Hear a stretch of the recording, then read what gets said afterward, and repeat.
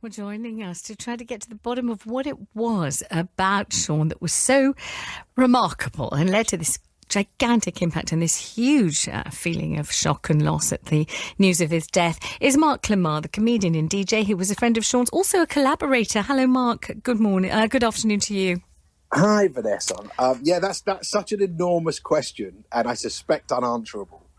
But I always thought with Sean, you know, there's like a theory that Philip K. Dick, the great science fiction writer, had a different chemical makeup in his mind. There was something that was a little bit awry that didn't think like the rest of us. Yeah. And I felt the same about Sean. You know, Sean who else would have put show jumping in that, the little routine you just said? No one else. And I know a lot of skilled and phenomenal comics, and I don't know one that would have said show jumping. And he did think of things. He did think in a different way to everyone else. He genuinely did. How like the person we saw on the television was Sean in real life? Because we all know about sort of crusty and curmudgeonly comedians, and everybody says, they're delightful. Exactly, really, what was he like? That's exactly what he was. He was a born curmudgeon, but he was above that though. He was a born contrarian. If you said it was Thursday, he would say, "No, it's not. Why are you saying that?" And after a while, you'd have to go, "Okay, Sean, it's Friday," and you'd have to accept that it was, or you wouldn't get on with your day. I mean, and I think that was part of his makeup, that he everything was different for Sean.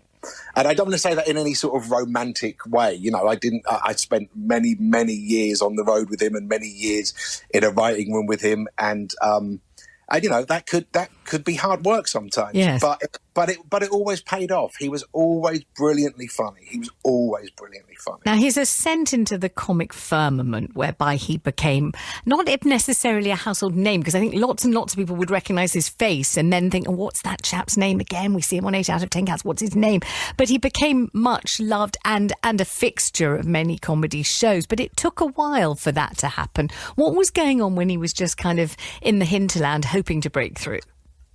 Well, you know, he was kind of a hit amongst comics, and I've got to say, comics only care about what other comics think of them. If you did a show and 10 million people watched it, if one comic said, "No, that line wasn't very good in the middle," that would be all you'd remember. Right. And Sean was from the off, and I've said this before, you know, as a comic, you work with 3 or 4 brilliant comics, usually every night of the week for years and years and years.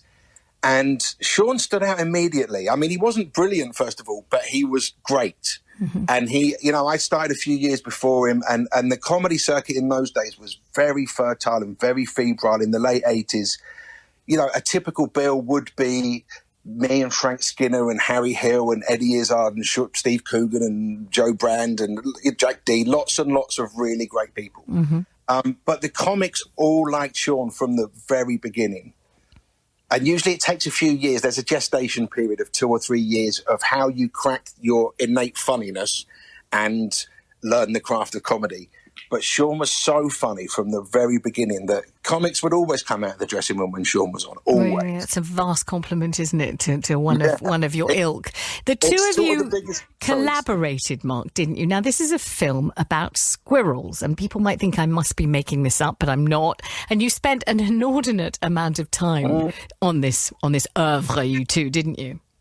Well, we wrote a lot together. We wrote two series of a sitcom called 15 Stories High, which has been very highly regarded, yes, or seen.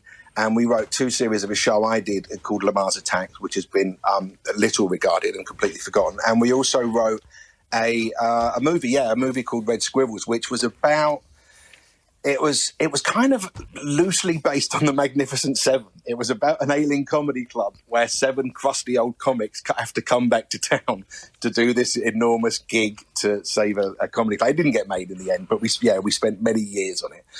And it was kind of Sean's feeling. It was called Red Squirrels because Sean felt that we were red squirrels and the grey squirrels were outnumbering us. You know, he felt that the sort of craft and the art of the form of comedy was being subsumed somehow, and he was probably right, and he was probably lots wrong as well. Yes. I tell you what, as a special gift from you, Mark, we've got a clip from 15 Stories High, just to bring it back to people who loved it in the first place and people who never ever experienced it. This is a tiny, tiny chink of it. See, I love talking to myself. It's very... that's it, really. You don't have to finish your sentences off. I can leave long gaps while I think of something to say.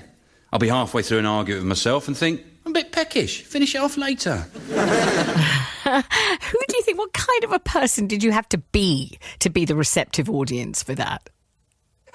Oh, I think funny's funny. You know, I think that show didn't become as popular as it should have done because of scheduling. It's barely been repeated and it's not been available on iPlayer and stuff. But I think the people who saw it seemed to really like it. I think Sean's appeal was pretty universal. I mean, he was on TV for 25 years and there was sort of no abating in his popularity. And in fact, the last day has really proved that the extraordinary high esteem he's been held in. And it's been, excuse me, it's been very touching to see. All Sean would have cared about is what people thought of him as a comic. And it's paid off for him because everyone thinks very, very highly of him. Well, that's certainly true, and I'm sorry to bring you to tears talking about somebody that you admired and also knew so very well. Did success, and he certainly enjoyed, enormous success, plus acclaim, plus adoration by so many people. Did that mellow him? Did it change him? Did it change the nature of his comedy, or did it become crystallised even more in his view? Nothing mellowed him. There was nothing mellow about him whatsoever.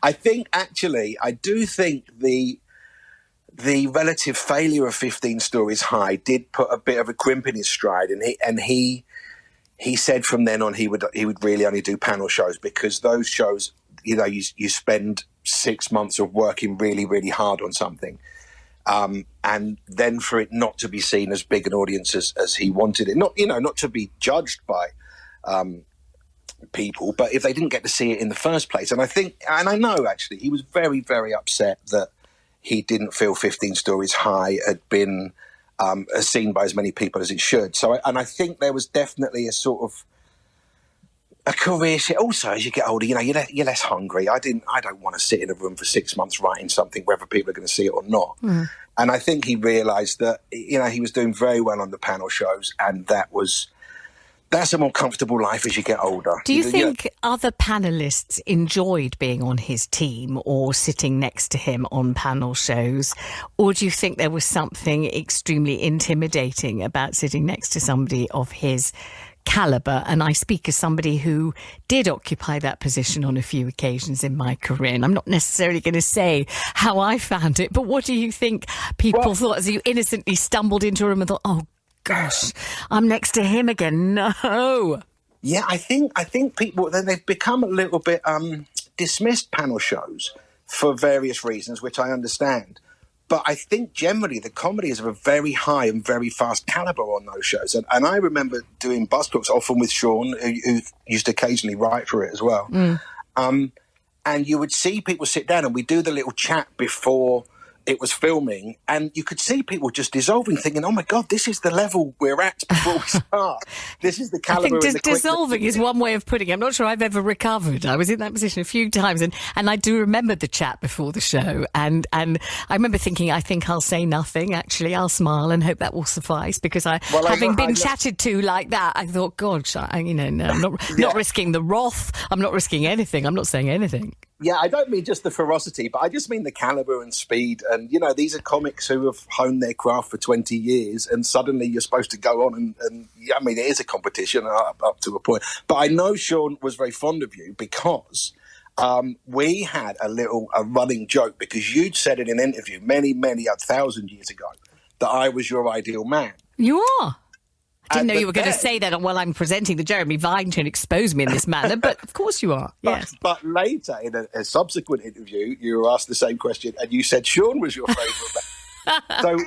your ideal man. So we always had this as a little... I've evolved. You were allowed to change your taste over years, just slightly, Mark. No, listen, thank you, sweetheart, for joining us on the programme. And obviously, deep condolences on a personal level to you for this loss. Thank you very much indeed. Mark Lamarr, there, the comedian, the DJ, and as you can hear, the great friend and associate and collaborator of Sean Lock, who died yesterday. You may want to share your memories. You may want to explain why it was that he was so enormously successful. So it's Vine at bbc.co.uk with your phone number or 88291.